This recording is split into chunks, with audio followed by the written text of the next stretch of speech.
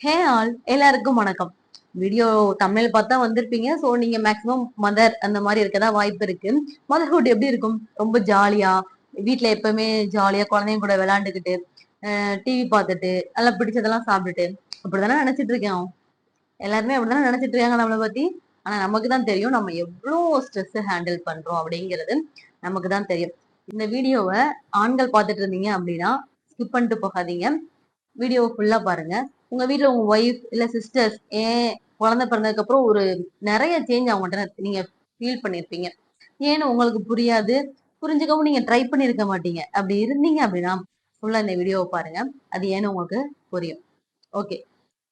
இப்போ மதர்ஹுட்டுக்கு அப்புறம் நம்ம இப்ப எதுக்கு எடுத்தாலும் ரொம்ப டென்ஷன் ஆகும், கோவம் வரும், ரொம்ப கத்திக்கிட்டே இருக்க மாதிரி இருக்கும். அந்த அந்த சேஞ்ச வந்து நம்ம ஃபீல் பண்ணிருக்க மாட்டோம். ஆனா சுத்தி இருக்கவங்க ஃபீல் பண்ணிட்டு நம்மள வந்து ஜட்ஜ் பண்ண ஆரம்பிச்சிருவாங்க. எப்ப பார்த்தாலும் கோவப்பட்டுட்டே இருக்கா, எதுக்கு கத்திட்டு இருக்கா, எதுக்கு கோவம் இவ்வளவு கோவம் அப்படின்னு நம்மள ஜட்ஜ் பண்ண ஆரம்பிச்சிருவாங்க. பட் ஒரு ஆள் கூட நீ ஓகேவா இருக்கியா, உனக்கு என்ன ப்ராப்ளம், ஏதோ ஸ்ட்ரெஸ்ஸா அப்படின்னு ஒரு ஆள் கூட கேட்டிருக்க மாட்டாங்க. ஜட்ஜ் பண்ணிடுவாங்க. நம்மளோட மார்னிங் எப்படி ஆரம்பிக்குது? ஒரு குழந்தை வந்ததுக்கு அப்புறம் நம்மளோட மார்னிங்கே என்ன ஆரம்பிக்குது? எப்படி ஆரம்பிக்குதுன்னா, குழந்தைக்கு என்ன சாப்பாடு செய்யலாம்? அ ஹெல்த்தியா என்ன குடுக்கலாம்? அப்படின்ற மாரி ஓடிக்கிட்டு இருக்கு. ஏன்னா, இப்ப எல்லாம் ஹெல்த்தி, ஹெல்த்தி, ஹெல்த்தின்னு எல்லா பக்கமும் அப்படி பார்த்து, பார்த்து நம்ம குழந்தைக்கு கரெக்ட்டான ஃபுட் குடுக்குறோமா? அப்படிங்கிற ஒரு டென்ஷன். நம்ம குழந்தை சரியா தூங்கலன்னா, ஐயோ! தூங்கல அப்படின்ற டென்ஷன். யூரின் போலன்னா டென்ஷன், மோஷன் போலன்னா டென்ஷன். அ நம்ம சின்னதா உடம்பு சரியில்லாம போனாலும் நைட்டு ஃபுல்லா முழிச்சிருந்து பாத்துக்கிற அந்த டென்ஷன் எல்லாமே மைண்ட்குள்ள ஓடிக்கிட்டே இருக்கும். இப்ப ஸ்கூல்லாம் போக ஆரம்பிச்சிட்டா ஃபீஸ் கட்டணும். இந்த டேட்டுக்குள்ள ஃபீஸ் கட்டணும். இந்த டேட்ல பேரண்ட்ஸ் மீட்டிங் இருக்கு. இந்த டேட்ல வந்து இத பண்ணியே ஆகணும். இந்த குழந்தைக்கு இப்போ வந்து இந்த கிளாஸ் சேர்த்து விடணும். எல்லா குழந்தைங்களும் இதெல்லாம் லேர்ன் பண்ணிக்கிறாங்க. நான் என் குழந்தையும் லேர்ன் பண்ணிக்கணும். குழந்தை ரொம்ப நேரம் டிவி பார்த்துட்டே இருந்தா, ஐயோ! டிவி பார்க்குறாங்களே! நம்ம சரியா தான் வளர்க்குறோமா? அ அவங்க நம்ம வந்து அவங்கள ஸ்பாயில் பண்றோமா? அப்படின்ற டென்ஷன் அப்படின்னு இப்ப இருக்க அம்மாக்கள் வந்து மைண்ட்ல அவ்வளவு ஓடிக்கிட்டு இருக்கு. இததான் வந்து அவங்க ரொம்ப டிப்ரெஷன் ஆகுது. அது அது போக வீட்ல கிளீனிங், குக்கிங் இந்த ரொட்டீன்லாம் எப்பயுமே போய்க்கிட்டே இருக்கு இல்லையா? சோ இது கூட மைண்ட்லயும் ஏகப்பட்ட விஷயங்கள். இப்போ ஹெல்த்தியா ஒண்ணு சமைக்கணும்னா, முந்தின நாள் நைட்டு படுத்த உடனே நிம்மதியா முன்னால எப்படி இருக்கோ நிம்மதியா படுப்போம், தூங்குவோம். பட் இப்ப அப்படி கிடையவே கிடையாது. இத எப்படி ஹெல்த்தியா என்ன மாரி பண்ணி குடுக்கலாம்? நம்ம வீட்ல இது இருக்கா? இது இல்லையா? அப்படின்னு நைட்டு படுத்த உடனே அதெல்லாம் யோசிப்போம். ஆமா தானே? சொல்லுங்க. யோசிப்பீங்களா? யோசிக்க மாட்டீங்களா? மைண்ட்ல ஓடிட்டே இருக்கும். அது மாரி தூங்கி எந்திரிச்ச உடனே நேத்து நைட் என்ன பிளான் பண்ணோம்? நிம்மதியா பல்லு கூட விளக்கியிருக்க மாட்டோம். பல்லு விளக்கிட்டே யோசிப்போம். ஓகே. அப்படின்னு பல்லு விளக்குன உடனே போய் கிச்சனுக்குள்ள போய் கட கட கட கடன்னு பறக்கணும். அந்த 8 மணிக்கு பஸ் வர்றதுக்குள்ள அவ்ளோ பரபர பரபரன்னு வேலை பார்க்கணும். அப்புறம் ஹஸ்பண்டுக்கு எல்லாம் அனுப்புனதுக்கு அப்புறம் குக்கிங், கிளீனிங் அப்படின்னு ஃபுல்லா போகும். ஆனா என்ன சொல்லுவாங்க, "நீ வீட்லலாம் சும்மா இருக்க. உனக்கு என்ன டென்ஷன்? குழந்தைய பார்த்துக்கிறதுல உனக்கு என்ன டென்ஷன்?" அப்படின்னு. குழந்தைய பார்த்துக்கிறதுல எவ்ளோ டென்ஷன் இருக்கு தெரியுமா? நிம்மதியா பாத்ரூம் போக முடியாது. நீங்க பாத்ரூம்க்கு நுழையும்போதே ஒரு ஆள் உங்கள கூப்பிட்டுக்கிட்டே இருந்தா உங்களுக்கு எவ்ளோ டென்ஷன் ஆகும். அது ஒரு நாள் ஃபுல்லா. ஒரு நாள் ஃபுல்லான்னு கூட இல்ல. அந்த குழந்தைங்க ஒரு மெச்சூரிட்டி வர வரைக்குமே அத ஹேண்டில் பண்ணணும். குளிக்க முடியாது. நிம்மதியா போய் குளிக்க முடியாது. ஒரு டீ கூட சூடா குடிக்க முடியாது. அப்ப எந்த அளவுக்கு ஸ்ட்ரெஸ் இருக்கும்? எவ்ளோ டென்ஷன் ஆகும்? இப்போ வந்து ஈஸியா ஜட்ஜ் பண்றீங்க. ஆனா கேளுங்க. குழந்தை பிறந்ததுக்கு அப்புறம் தான் மாறியிருக்காங்க அப்படின்னா, நீ ஓகேவாடா? உனக்கு என்ன என்ன ப்ராப்ளம்? என்ட்ட ஷேர் பண்ணு அப்படின்னு ஒரு ஹக்கு குடுத்து பாருங்க. ஒரு ஹக்கு மட்டும் நீங்க குடுத்து பாருங்க. உடைஞ்சு போய் அழுகுறாங்களா இல்லையான்னு மட்டும் பாருங்க. கண்டிப்பா அழுவாங்க.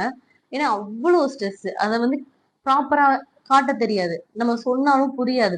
பிக்கஸ்ட் சப்போர்ட்டா இருக்கக்கூடியது வந்து பார்ட்னர் தான். சம்டைம்ஸ் பார்ட்னரே புரிஞ்சுக்க மாட்டாங்க. ஹஸ்பண்ட நம்ம ஷேர் பண்ணாலும் புரிஞ்சுக்க மாட்டாங்க. இதுல என்ன டென்ஷன்? நான்லாம் வெளில போய் அவ்ளோ டென்ஷன் இது பண்ணிட்டு இருக்கேன். எனக்கெல்லாம் ஜாப்ல அவ்ளோ பிரஷர் இருக்கு. அதெல்லாம் சொல்லுவீங்க. உங்க பிரஷர் எல்லாம் நாங்க புரிஞ்சுக்கணும். பட் நாங்க வீட்ல என்ன ஃபேஸ் பண்றோம் அப்படிங்கிறத உங்களுக்கு புரிஞ்சுக்கக்கூடிய அந்த இது கூட வராது.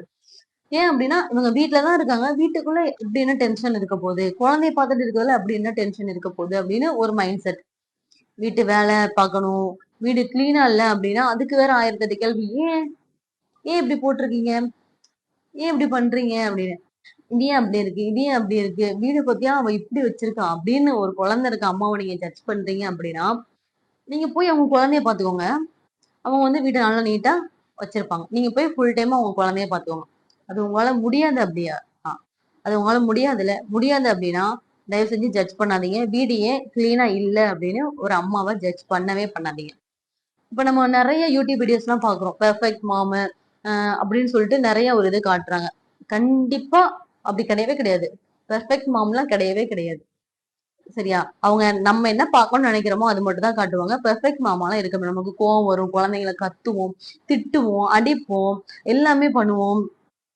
பண்ணிட்டு ரெக்ரெட் பண்ணுவோம். நம்ம ஏன் அத பண்ணோம் அப்படின்னு தனியா உட்கார்ந்து அழுவோம். குழந்தைங்க முன்னாடி கத்தி எல்லாம் பண்ணிருவோம். தனியா உட்கார்ந்து என் குழந்தைய நான் அடிச்சிட்டேனேன்னு எத்தனை பேர் அழுதுருக்கீங்க? அழுதுருக்கோமா இல்லையா? சோ இதெல்லாம் தான் ரியாலிட்டி. நீங்க சோசியல் மீடியாவை பார்த்துட்டு அப்படியே கம்பேர் பண்ணிக்காதீங்க. நம்ம அப்படி இல்லையோ, நம்ம குழந்தைய வந்து நம்ம கரெக்டா வளர்க்கலையோ அப்படின்னு கம்பேர் பண்ணிக்காதீங்க. ஒவ்வொரு அம்மாவும் நீங்க உங்க குழந்தைய வளர்க்கறதுல ஒரு ஒரு சூப்பர் ரோல் பிளே பண்ணிட்டு இருக்கீங்க. So there is no comparison. உங்க குழந்தைய நீங்க ரொம்ப சூப்பரா வளர்த்துட்டு இருக்கீங்க. உங்களை மாதிரி உங்க குழந்தைய வேற யாராலையும் பார்த்துக்கவே முடியாது. அதுதான் உண்மை. ஸோ தயவு செஞ்சு கம்பேர் பண்ணிட்டு இருக்கீங்கன்னா கம்பேர் பண்ணாதீங்க. உங்களுக்கு தெரியும் இப்ப இருக்க அம்மாக்கள்னா தி பெஸ்ட். ஒண்ணு ஒண்ணு பார்த்து பார்த்து பார்த்து பார்த்து குழந்தைக்கு என்ன கொடுக்கணும் என்ன கொடுக்க கூடாது. முன்னாடி எல்லாம் அப்படி கிடையவே கிடையாது. எதுனாலும் இது பண்ணிருவாங்க. சோ இப்பெல்லாம் ஒண்ணு ஒண்ணும் இதெல்லாம் எனக்கு வேணாம். பழைய ஜெனரேஷன் சொன்னதெல்லாம் உடைச்சிட்டு நான் இதுதான் பண்ணுவேன். நான் டாக்டர்கிட்ட போய் கேட்டுதான் பண்ணுவேன். அப்படின்ற இத சொல்ற அளவுக்கு இப்ப ஜெனரேஷன் நிறைய மாறிட்டு வர்றீங்க. நீங்க சோ பெர்ஃபெக்ட்டா எல்லாமே பண்ணிட்டு இருக்கீங்க. சோ செல்ஃப் டவுட் படவே படாதீங்க. நிறைய கஷ்டம் இருக்கும். நிறைய அழுவோம். தனியா உட்கார்ந்து அழுவோம். டயர்டு அப்படிங்கறத கூட வெளில சொல்லவே முடியாது. வெளில போய் எனக்கு டயர்ட் அப்படின்னா நீ நீ படுத்துக்கிட்டேன்னா வீட்டை யாருதான் பாப்பா? நீ இருந்தாதான் அந்த வீடு வீடா இருக்கும். நீ அப்படி சொல்லாத. உன்னால முடியும். ஏன் முடியணும்? டயர்ட்னா டயர்டை தாண்டி ஏன் முடியணும்? ஏன் அந்த முடியணுங்கிறத எதிர்பார்க்கறீங்க? டயர்டா? ரெஸ்டடு. பரவாயில்ல. ஒரு நாள் வந்து ஹஸ்பண்ட் வெளியே சாப்பிட்டுக்கட்டும். குழந்தைக்கு தானே குழந்தைய நான் பாத்துக்கிறேன். இல்ல குழந்தைக்கு ஃபுட்டு நான் கொடுத்துக்கிறேன். வாங்க நீ கொடுத்தாதான் குழந்தை சாப்பிடும். நீ குளிப்பாட்டினாதான் குழந்தை குளிக்கும். ஏன் அந்த ஸ்ட்ரெஸ்ஸ திணிக்கிறீங்க? நீ பண்ணாதான் அது கரெக்டா இருக்கும். டயர்டு அப்படின்னாங்கன்னா நீ ரெஸ்டடு. நீ டயர்டா இருக்கியா? உன் ஃபேஸ பார்த்துல எனக்கு டயர்டா தெரியுது. என்னாச்சு? இதெல்லாம் வந்து ஒரு அம்மா கிட்ட கேளுங்க.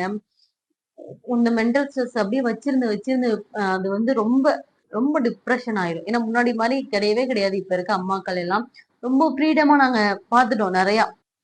ரொம்ப ஃப்ரீடமா இருந்துட்டோம். நிறைய படிச்சு வெளி உலகத்தை பார்த்து வேலைக்கு போய் எல்லாமே பண்ணிட்டு வீட்டுக்குள்ளேயே இருந்து இதெல்லாம் பாக்குறப்போ ஒரு புதுசா அதுவும் தனியா ஹேண்டில் பண்றப்போ வர ஸ்ட்ரெஸ்ஸ வந்து சொல்லவே முடியாது.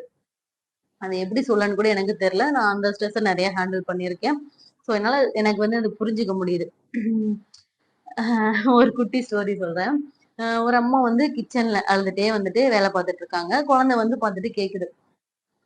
ஏம்மா ஏம்மா அழுகுற அப்படின்னு கேட்டோடனே அவங்க அம்மா சொல்லிட்டாங்க, இல்ல நான் அழுகலப்பா, நான் ஆனியன் கட் பண்ணிட்டு இருந்தேன், அதனால அம்மா கண்ணுல இருந்து தண்ணி வந்துருச்சு அப்படின்னு சொல்லி சொல்றாங்க. அந்த குழந்தையும் அப்படியாம்மா அப்படின்ட்டு போயிருச்சு. ஆனா நிஜமாவே அது வந்து ஆனியன் கட் பண்ணதுனால வந்த கண்ணீர் கிடையாது அப்படிங்கிறது அந்த அம்மாவுக்கு மட்டும்தான் தெரியும். உங்களுக்கும் தெரியும். தோணும்ல. நான் அவ்வளவு படிச்சேனே, நான் காலேஜ் லைஃப்ல அப்படி இருந்தேனே, நான் ஸ்கூல் லைஃப்ல அப்படி இருந்தேனே, இப்ப நான் என்ன பண்ணிட்டு இருக்கேன் அப்படின்றது வந்து உங்களுக்கு தோணும். ஸோ ரொம்ப ஒரி பண்ணிக்காதீங்க. நீங்க வந்து உங்க லைஃப்ப ரீஸ்டார்ட் பண்ணிக்கலாம். உங்க குழந்தை வளர்ந்ததுக்கு அப்புறம் திரும்பியும் உங்களால உங்க லைஃப்ப பழையபடி ரீஸ்டார்ட் பண்ணி உங்களுக்கு பிடிச்ச மாதிரி ஜாப்போ, பிசினஸோ எல்லாமே உங்களால பண்ண முடியும். ஸோ ரொம்ப ஸ்ட்ரெஸ் வந்து எடுத்துக்காதீங்க. உங்களால முடியலன்னா ரெஸ்ட் தான். அம்மானா சூப்பர் உமன் அப்படின்னு கிடையவே கிடையாது. அம்மானா சூப்பர் உமன், ஸ்ட்ராங் உமன். முடியலனாலும் குழந்தைக்காக எல்லாமே செய்யணும். நீ செஞ்சுக்கிட்டே இருக்கணும். வேலை செஞ்சுக்கிட்டே இருக்கணும். நீ டயர்ன்னு சொல்லக்கூடாது. இப்படியெல்லாம் சொல்றவங்கள பக்கத்துல வச்சுக்காதீங்க. சூப்பர் உமன்லாம் கிடையாது அம்மா. நார்மல் உமன் தான்.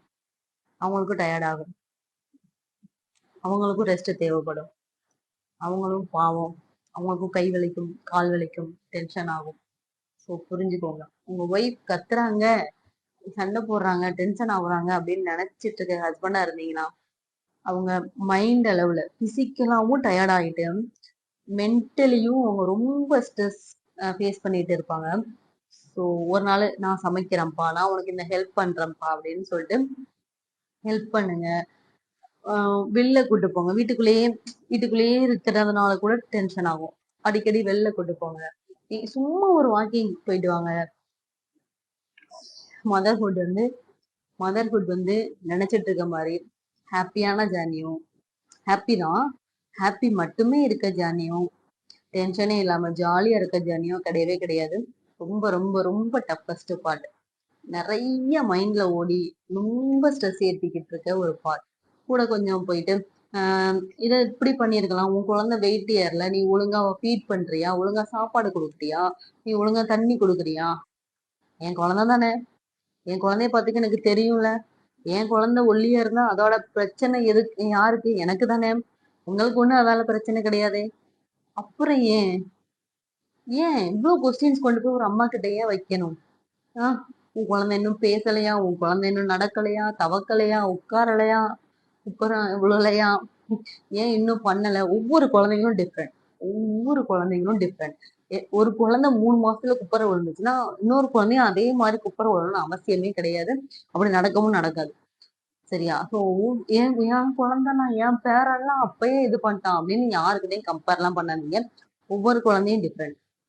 ஸோ இந்த கம்பேரிசனே ஒரு மாமா வந்து அவ்வளோ அவ்வளோ அவ்வளோ ஸ்ட்ரெஸ் ஆகும். ஐயோ என் குழந்தைக்கு ஒருவேளை இது பண்ணாம போயிருமோ, என் குழந்தை நடக்காம போயிருமோ, என் குழந்தை பேசாம போயிருமோ அப்படின்ற ஒரு டென்ஷன் வந்து ஒரு அம்மாவுக்கு வந்து கொடுக்கவே கொடுக்காதீங்க.